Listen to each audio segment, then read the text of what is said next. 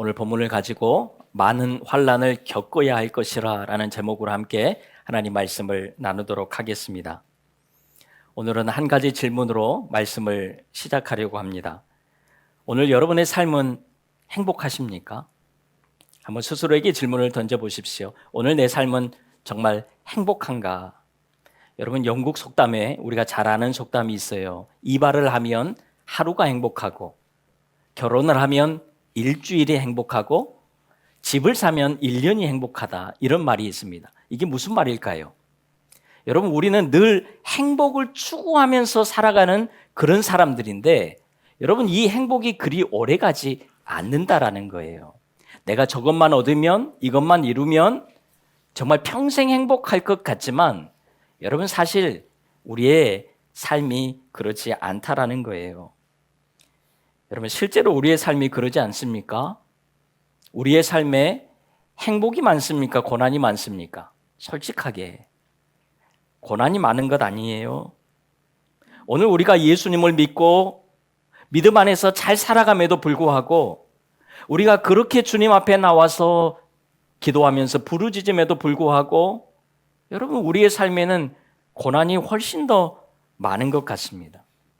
우리가 서로 인사할 때에 밝게 인사하고 웃으면서 인사하니까 여러분, 걱정도 없고 고민도 없어 보이지만, 여러분, 사실 우리가 웃는 게 아닐 때가 굉장히 많지 않습니까? 여러분, 그것이 우리의 삶이에요. 여러분, 한 주간도 정말 고민과 고난 가운데 살아가시느라 여러분 참 수고 많으셨습니다. 아마 남모를 눈물을 흘릴 때도 있어야겠지요. 하나님께서 오늘 우리의 모든 고민과 고난을 한순간에 다 날려주시기를 원합니다. 그리고 우리의 삶에 기쁨과 행복한 삶을 주실 줄로 믿습니다. 우리가 아멘을 크게 하셨듯이 그러면 얼마나 좋겠습니까? 저도 여러분들이 늘 평안하기를, 고난이 없기를 기도하고 있습니다. 그런데 여러분, 오늘 본문의 제목이 뭐예요? 환난을, 그것도 많은 환난을 겪어야 할 것이라. 기가 막히지 않습니까?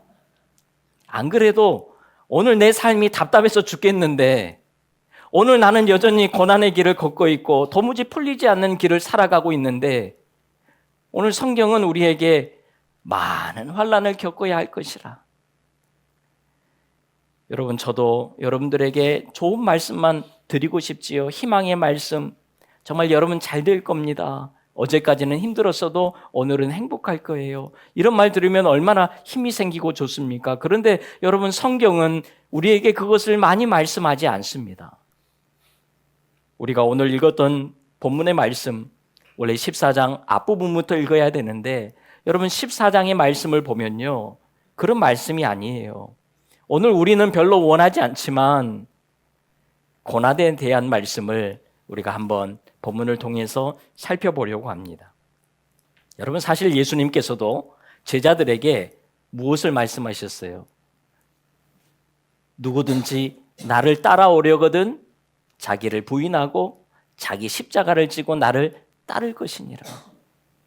예수님은 우리에게, 야, 너희들 십자가 안 져도 돼. 내가 대신 다 질 테니까 너희들은 그냥 편하게 살면 돼. 예수님 우리에게 그런 말씀을 하시지 않으셨어요. 자기 십자가를 지고 따르라는 거예요. 물론 예수님께서 우리의 십자가를 가볍게 해주실 거예요. 때로는 우리의 십자가를 져주시기도 하실 것입니다. 그런데 여러분, 우리가 십자가를 지고 산다는 것 그 자체가요, 우리에게 그리 달가운 일이 아닙니다. 그런데 주님이 우리에게 요구하시는 삶이 자기 십자가를 지고 따르라는 거예요. 그리고 성경에 나오는 믿음의 선배들을 보세요.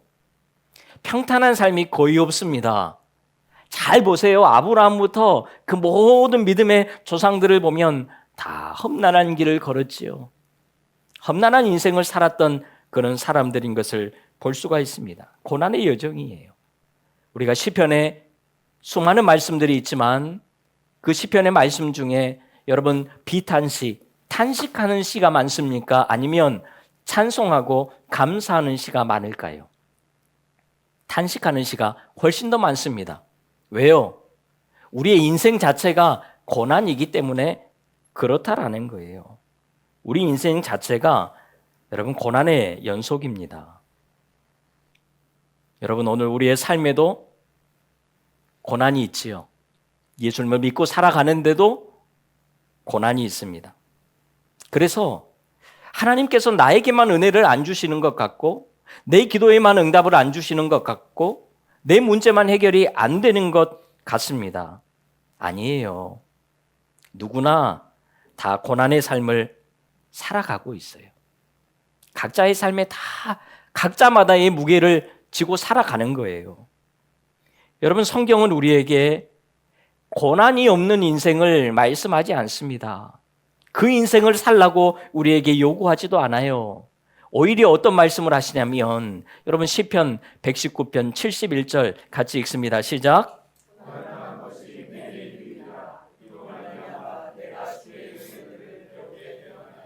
아멘. 고난이 우리에게 유익이래요. 우리는 별로 기분이 좋지 않는데 유익이라고 말씀을 합니다. 여러분 우리가 예수님을 아무리 잘 믿어도 고난은 사라지지 않습니다. 예수님께서 우리로 하여금 고난을 살아내게 하시는 거예요. 고난이 사라지지 않아요. 고난을 살아내는 겁니다. 이것이 은혜예요. 성경이 말씀하는 거예요. 자, 오늘 본문에도 보세요. 바울과 바나바가 전도 여행을 하는데 항상 은혜가 넘치고 가는 곳마다 역사가 일어나고 상황이 좋습니까? 가는 곳마다 사람들이 바울을 대환영해주고 바울이 입을 열 때마다 부흥이 막 일어납니까? 그렇지 않더라는 거예요. 여러분 우리가 선교 여행을 가게 되면 보통 어떻습니까? 공항에서부터 우리를 환영하는 사람들이 나옵니다. 그리고 우리가 가는 곳마다 예배와 프로그램들이 일정들이 다 준비가 되어 있어요. 그냥 가서 하기만 하면 돼요. 모든 것이 순순히 흘러가면서 순간순간 은혜가 넘치게 됩니다. 우리가 선교 여행을 가게 되면. 그러면 선교 여행이 끝날 때쯤에 그 선교 여행에 참여했던 모든 사람들에게는 간증거리가 남게 돼요. 은혜가 넘쳤거든요. 그래서 기쁨의 고백을 하게 되지요. 여러분 우리가 선교 여행을 해도 그런데 바울이 그것도 사도 바울이 선교 여행을 하는데 어때야 될까요? 부흥과 은혜가 막 흘러 넘쳐야 되지 않겠습니까? 그런데 바울의 1차 전도 여행의 내용이 오늘 본문의 내용인데 이 내용을 보면 한마디로 고난의 길이었다라는 거예요. 비시디아 안디옥에서 지난주 말씀에서 쫓겨났습니다. 그리고 이고니온이라는 곳에 갔는데 어떻게 되지요? 우리 5절 말씀 같이 읽습니다. 시작. 이방인과 유대인과 그 관리들이 두 사도를 모욕하여 돌로 치려고 달려드니. 자, 이제는 도망가야 되는 상황이 생겼어요. 그러니까 지금 사도 바울의 전도 여행은 쫓겨가든지 아니면 도망가든지 해야 되는 이런 상황이라는 거예요. 그리고는 결국 어떻게 됩니까? 19절도 같이 읽습니다. 시작. 유대인들이 안디옥과 이고니온에서 와서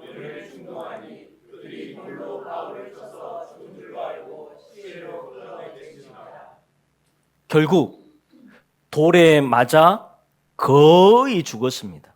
유대인들은요, 이 바울이 진짜 죽은 줄로 알고 죽었다라고 생각을 하고 그 시체를 질질 끌어다가 성 밖에다가 내버렸습니다. 여러분 바울의 1차 전도 여행은 고난의 길을 넘어서 고통의 길이었습니다. 그뿐만이 아니에요. 바울은 돌에 맞아서 거의 죽을 정도로 맞았습니다. 그런데 그 다음 날, 이튿날 곧바로 또 움직여서 가야 되는 상황이 되었어요. 왜냐하면 루스드라에 더 이상 머물러 있을 수 없었기 때문에 그랬겠지요. 여러분 돌에 죽을 듯이 맞았다고 하면 생각을 해보십시오. 성한 곳 하나 있겠습니까? 온 몸이 그냥 상처투성이가 됐을 거예요. 서 있는 것은 할 수가 없지요. 누워 있어야 되는 상황이에요. 그런데 일어나서 지금 그 몸으로 걸어가고 있는데 여러분 얼마나 안 됐습니까? 그 모습을 한번 잘 생각해 보십시오. 그리고 왔던 길로 돌아가야 되는데 그곳이 어떤 곳이에요? 루스드라, 이고니온, 안디옥, 이곳이 어떤 곳입니까? 한 곳은 돌 맞은 곳이고 한 곳은 도망친 곳이고 한 곳은 쫓겨난 곳이에요. 그러니까요, 대놓고 다닐 수가 없는 거예요. 몸도 아픈데 빨리 움직여야 되지요. 그리고 사람들에게 치료받을 수도 없어요.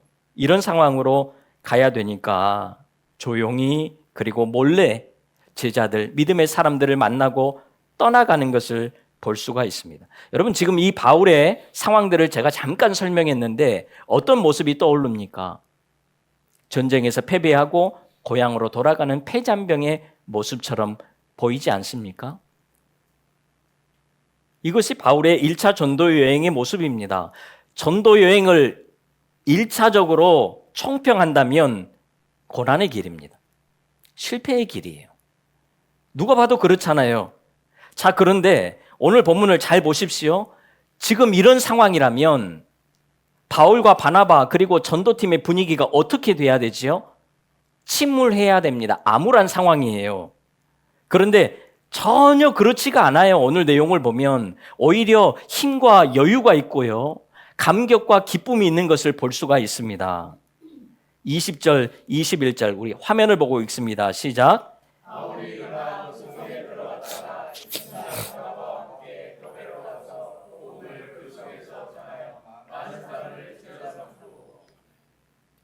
자, 여러분, 지금 이때가 돌에 맞았다가 거의 죽을 정도로 맞았다가 살아난 그 다음 날. 그런데 다른 곳에 가서 또 복음을 전하고 있는 거예요. 어제 복음 전하다가 돌에 맞아 거의 죽었는데 거의 죽었다가 살아난 사람이 그 다음 날 또 다른 곳에 가서 복음을 전하게 됩니다. 여러분, 이런 힘이 도대체 어디서 나올까요? 바울이 철인입니까? 바울이라고 초인이에요? 아니잖아요. 여러분, 25절에도 보면요, 말씀을 버가에서 전하고 또 가는 길에 또 전하는 거예요. 그리고 돌아가는 길에 들리는 곳마다 바울은 오히려 그들을 위로하고 격려하는 일을 하고 돌아갑니다. 여러분, 바울의 몰골을 보면요, 누가 위로를 받아야 돼요? 바울이 위로를 받아야 되는 상황인 거예요. 그런데 오히려 바울이 사람들을 위로하고 격려하고 갑니다. 바울의 이 여유가 도대체 어디서 나왔던 걸까요? 그리고 오늘 본문 27절, 28절을 우리 깊이 한번 생각해 보면서 읽겠습니다. 시작. 그들이 이르러 교회를 모아 하나님이 함께 행하신 모든 일과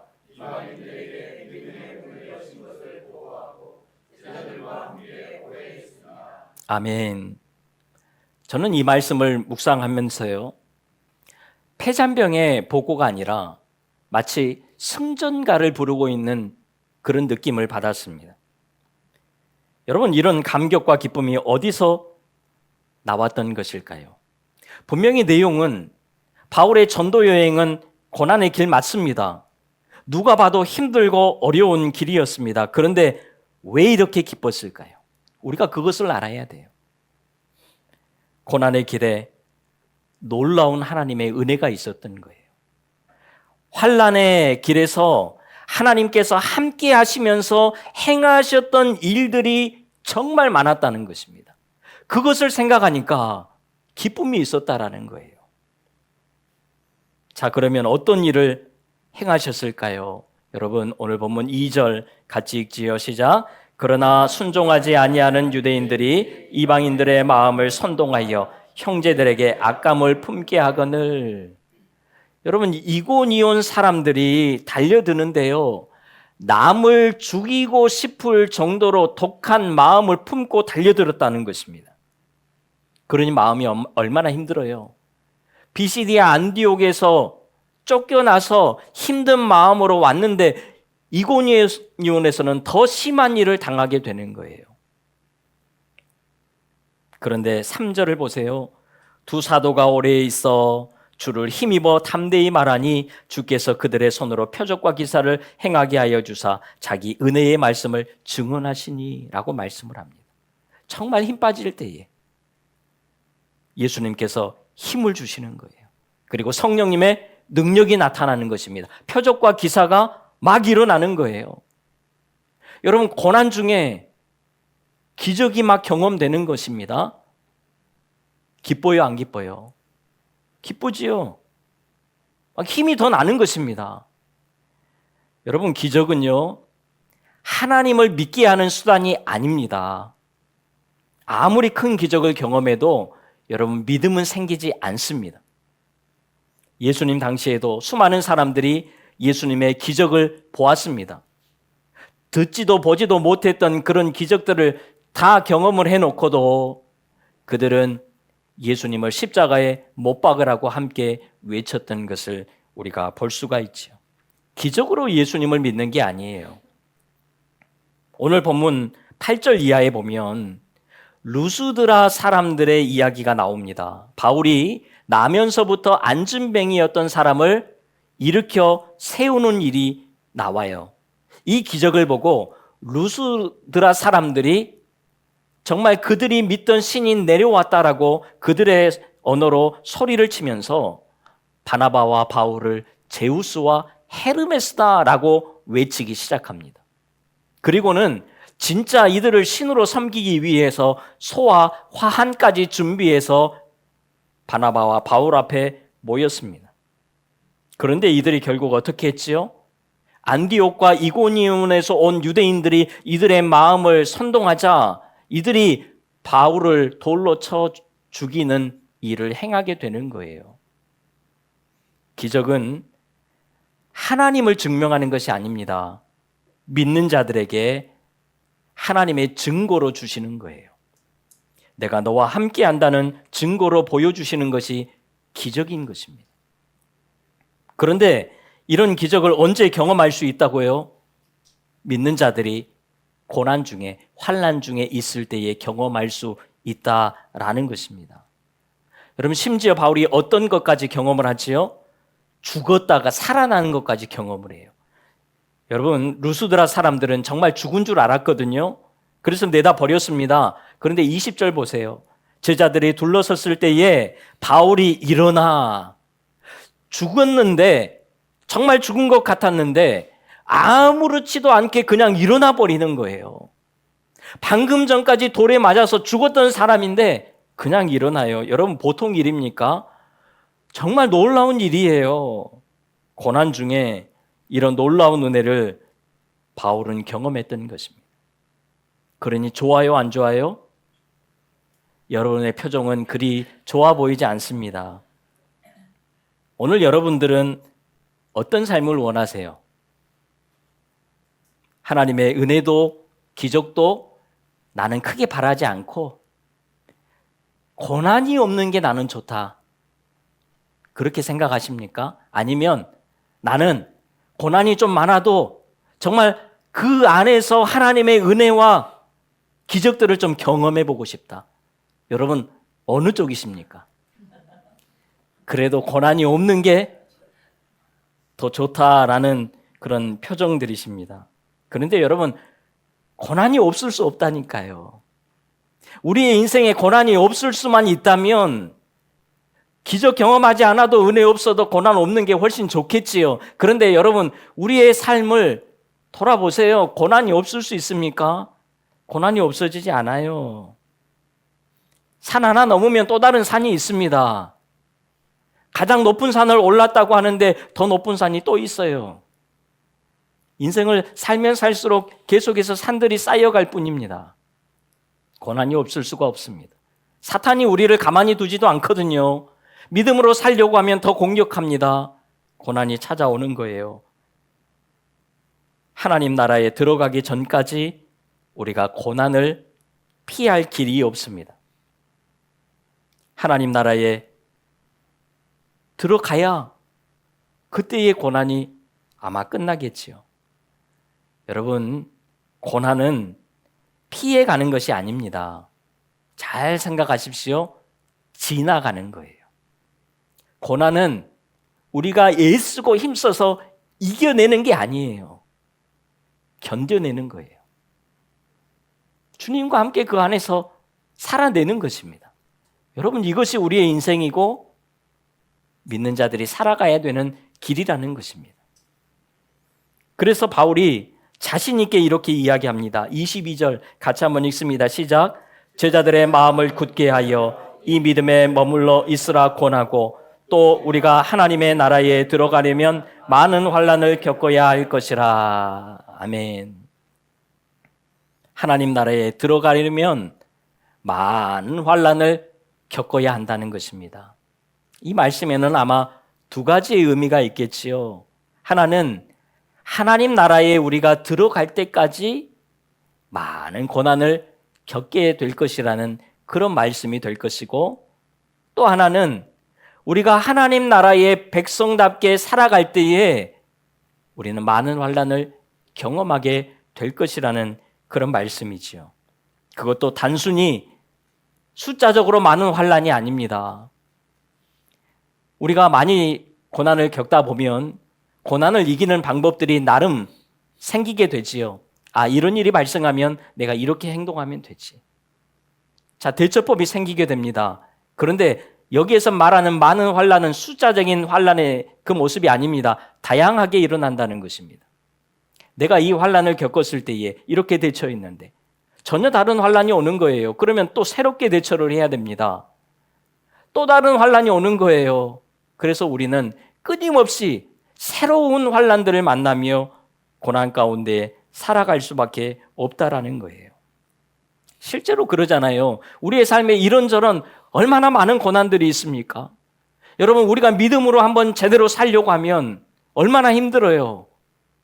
내 시간, 물질, 내 마음과 생각 다 내려놔야 되는데 여러분, 내려놓는 것이 쉽습니까? 우리가 아멘도 쉽게 할 수 있고 말은 쉽게 할 수 있지만 여러분, 말이 쉽지 정말 어렵습니다. 그래서 어떻게 하라는 거예요? 오늘 본문에 보니까 마음을 굳게 하라는 것입니다. 마음을 굳게 하라는 것은 마음을 강하게 하라는 거지요. 마음을 강하게 한다는 것이 뭘까요? 내가 내 의지로 한번 해봐야지 그런 강함이 아닙니다. 하나님께 기대라는 거예요. 하나님을 의지하라는 것입니다. 여러분, 마음을 굳게 하십시오. 그것은 하나님께 기대는 거예요. 나는 힘이 없잖아요. 나는 안 되잖아요. 나는 이 고난을 이겨나갈 수가 없잖아요. 하나님께 기대는 거예요. 그러면서 또 어떻게 하라고요? 이 믿음에 머물러 있으라는 것입니다. 믿음을 잘 지켜내라는 거예요. 어떤 믿음이요? 나를 구원하실 예수님에 대한 믿음. 나를 영원한 하나님 나라로 인도해 가실 그 예수님에 대한 믿음. 그 예수님을 믿고 바라보는 것을 이야기하는 거예요. 여러분, 믿음은 소망이라고 말씀을 드렸지요. 소망이 없으면요, 우리는 고난을 이겨내는 게 너무 어렵습니다. 아무 소망도 없이 고난을 이겨내라고 하면 이겨낼 사람이 없어요. 이겨낼 방법이 없습니다. 소망이 있어야 우리가 겨우 이겨나갈 수 있는 것 아니겠습니까? 그것을 오늘 본문에서 말씀을 하고 있어요. 그런데 여러분, 이것도 우리가 할 수 있는 게 아니에요. 우리가 마음을 강하게 하자, 믿음에 머물자, 그러면 되는 것이 아니잖아요. 그래서 바울과 바나바도 갈라디아 교회의 장로들을 세워두고 이렇게 이야기를 합니다. 같이 읽습니다. 시작. 각 교회에서 장로들을 택하여 금식 기도하며 그들이 믿는 주께 그들을 위탁하고. 아멘. 하나님께 지금 맡긴 것입니다. 그렇습니다. 이마저도 하나님께서 해주시는 거예요. 그래서 우리는 항상 우리의 마음과 믿음을 붙들어 달라고 주님께 도움을 구하고 엎드려야 될 줄로 믿습니다.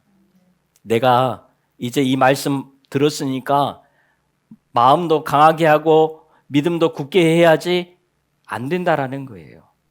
하나님께 도움을 구해야 됩니다. 여러분, 환난 중에는요, 우리의 마음과 믿음이 흔들리기가 굉장히 쉽습니다. 누구나 마찬가지예요. 저나 여러분이나 마찬가지입니다. 큰 환난이 우리에게 다가오면 우리의 마음과 믿음은 다 같이 흔들릴 수밖에 없다라는 거예요. 그래서 우리는 더더욱 하나님께 내 마음과 믿음을 붙들어 달라고 기도해야 하는 것입니다. 여러분, 고난 중에 하나님이 더 잘 보입니다. 내가 약할 때 하나님의 강함이 더 잘 보이고요.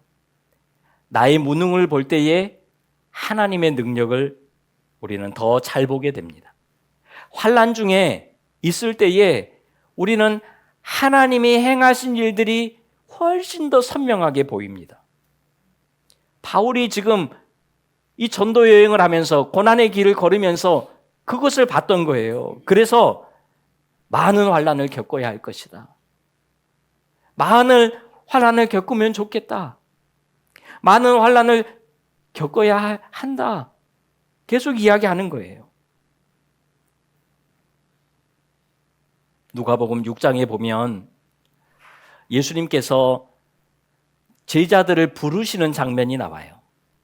제자들을 부르고 나서 사복사화의 말씀을 하십니다. 먼저 사복의 말씀을 하시지요. 우리 화면을 보고 같이 한번 읽습니다. 시작. 너희 가난한 자는, 줄인 자는, 우는 자는 복이 있나니 인자로 말미암아 사람들이 너희를 미워하며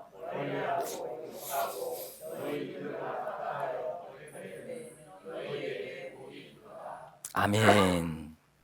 그리고는 곧바로 사화에 대한 말씀을 하십니다. 한 번 더 읽지요. 시작.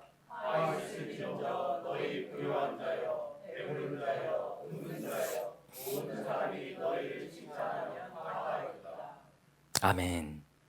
여러분, 이 말씀을 우리가 읽어보니까 세상의 논리와 너무 맞지 않는 거예요. 우리의 바람과 너무 맞지가 않습니다. 여러분, 부요한 것이 복 아닙니까? 그런데 가난한 것이 지금 복이라는 거예요. 여러분, 가난이 무슨 복입니까? 배부르게 먹고 나서 복되다 그런 것이지 쫄쫄 굶고 나서 어떻게 그것이 복이라고 합니까? 제자들도 지금 예수님께 부름 받았을 때에는 부요하고 싶어서, 배부르고 싶어서, 웃고 싶어서 예수님을 따라가려고 모였던 것입니다. 그런데 예수님께서는 가난한 자가, 줄인 자가, 우는 자가 복이 있다고 말씀을 하시는 거예요. 왜 그럴까요? 하나님이 정말 하나님의 백성들의 삶의 고난의 문제를 다 가져가 주시면, 우리가 주님 앞에 나오는 순간 고난의 문제가 깨끗하게 해결되면 우리도 좋고 복음도 잘 전해질 것 같고 하나님께도 유익할 것 같고 너무 좋은데, 여러분, 하나님은 왜 우리에게 많은 환난을 겪어야 할 것이다 라고 말씀을 하시고 가난하고 줄이고 우는 자가 복 있다라고 말씀을 하실까요? 여러분, 우리를 한번 보지요. 우리는 부요하고 배부르면 하나님을 찾지 않습니다. 내가 잘 되면 하나님 더 잘 찾을게요.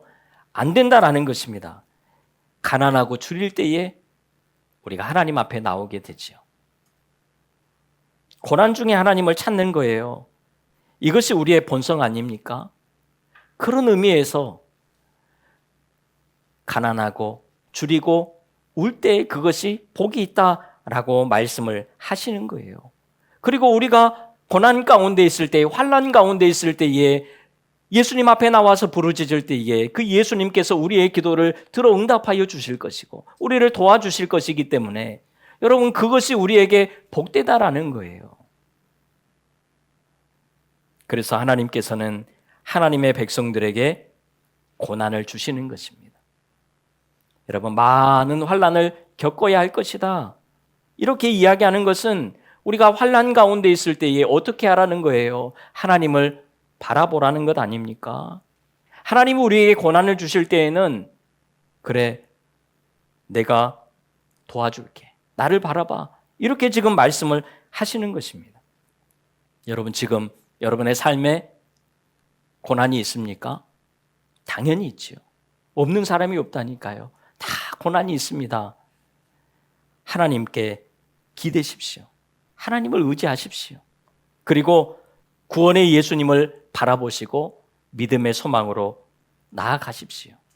그때에 고난의 뒤편에서 우리 하나님께서 우리를 반드시 도우실 줄로 믿습니다. 여러분, 고난 가운데에, 환난 가운데에 우리가 하나님을 제대로만 바라본다면, 하나님을 제대로 의지한다면 우리는 그 안에서 하나님이 행하시는 놀라운 일들을 선명하게 보게 될 거예요. 여러분, 한 주간의 삶 속에 힘들고 어렵더라도 그 순간순간 하나님 바라보면서 우리의 삶 속에서 놀라운 일을 행하시는데 그 행하시는 일을 선명하게 바라보고 그 하나님께 영광 올리며 살아갈 수 있는 우리 모두가 다 될 수 있기를 주님의 이름으로 축원합니다. 기도하겠습니다. 하나님, 우리가 고난 가운데, 환난 가운데에 그 안에서 하나님의 역사를 보게 하시고 하나님이 행하신 일을 선명하게 바라보며 살아갈 수 있는 한 주간 우리의 삶이 되게 하여 주시옵소서. 예수님의 이름으로 기도하옵나이다. 아멘.